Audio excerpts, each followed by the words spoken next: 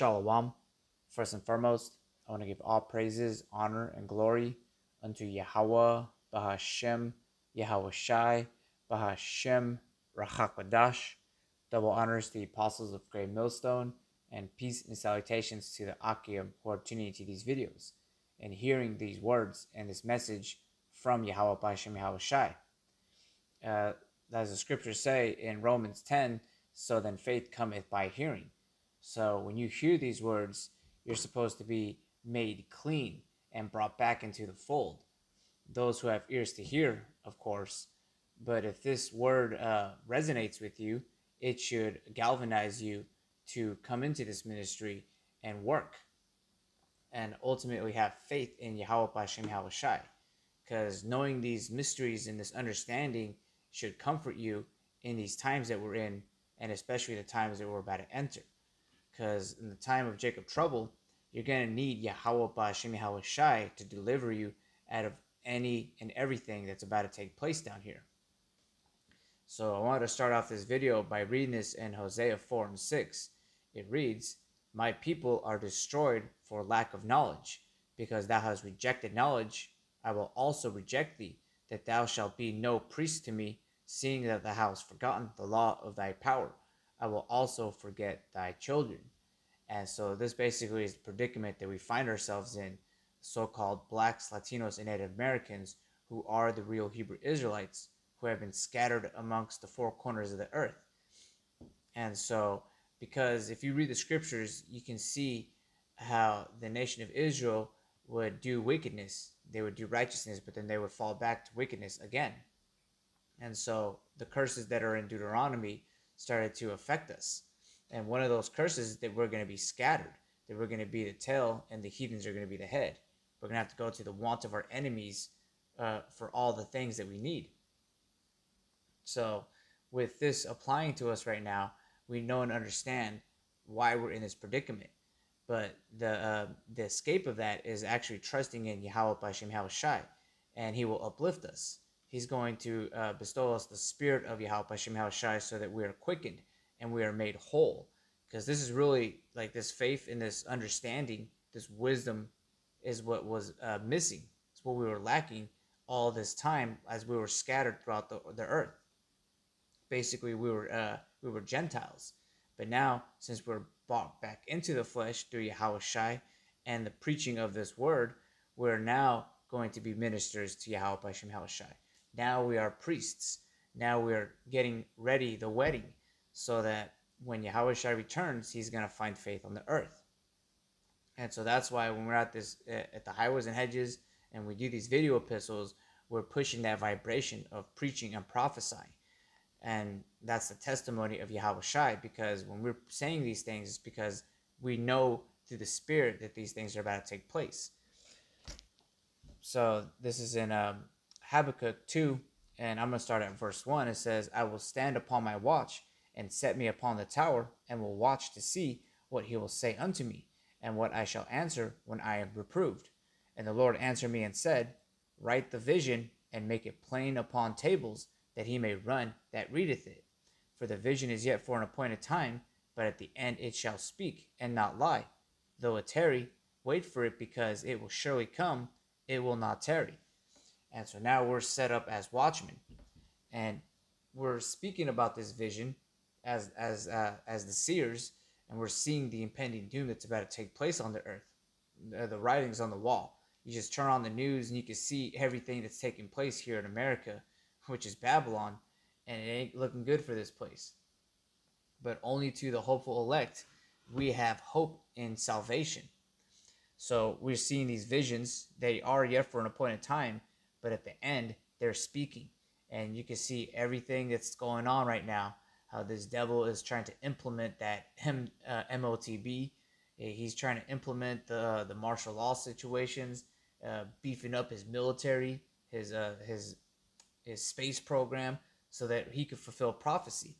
So these visions are for a appointed time, but at the end they're speaking. Now we have fuel to do these videos, because we're not just making these things up. We're actually inspired by the Spirit of Yahweh B'Shem Yahweh Shai to speak on these things, because they're literally about to take place.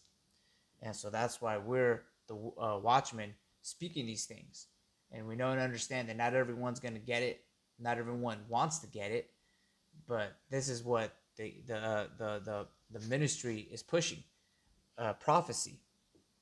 So I'm gonna read this in Proverbs 1, and let me see. I'm going to start at verse 20. It says, "Wisdom crieth without; she uttereth her voice in the streets. She crieth in the chief place of concourse, in the openings of the gates. In the city she uttereth her words, saying, How long, ye simple ones, will ye love simplicity? And the scorners delight in their scorning, and fools hate knowledge.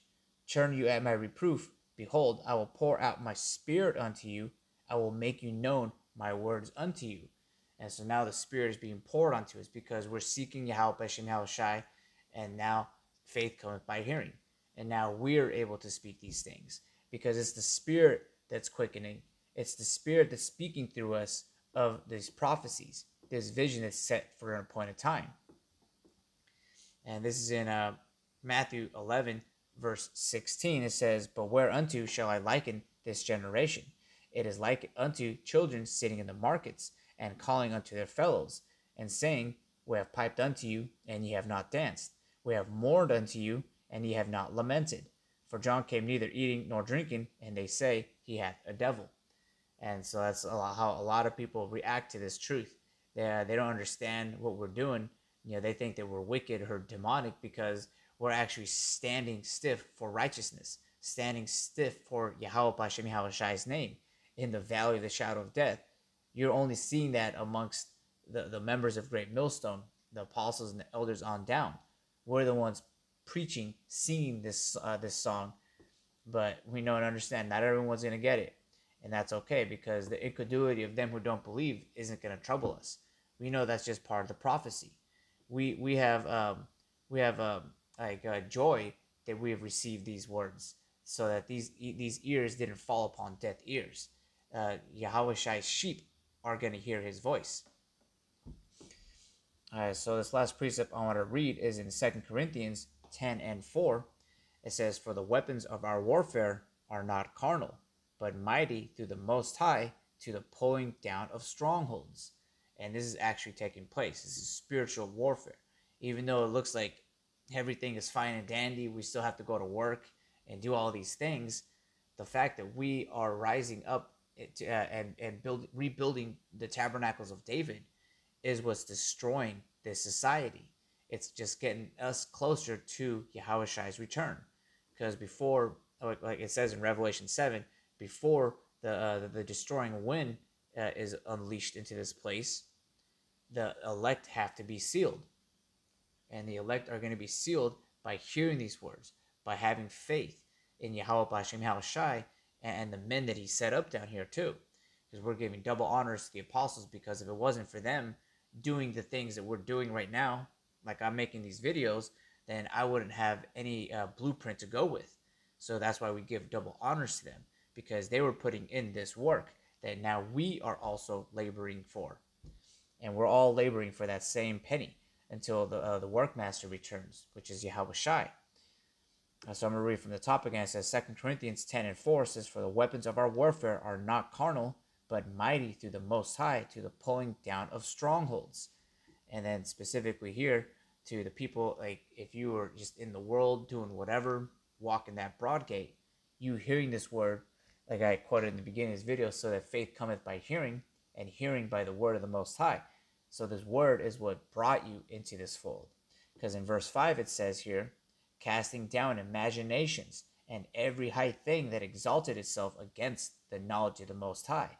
Because now we actually know and understand everything that we need. Because whatever it was we were doing in our past lives, or in the lives before we sacrificed it so that we could serve Yahweh Shai, we didn't know anything.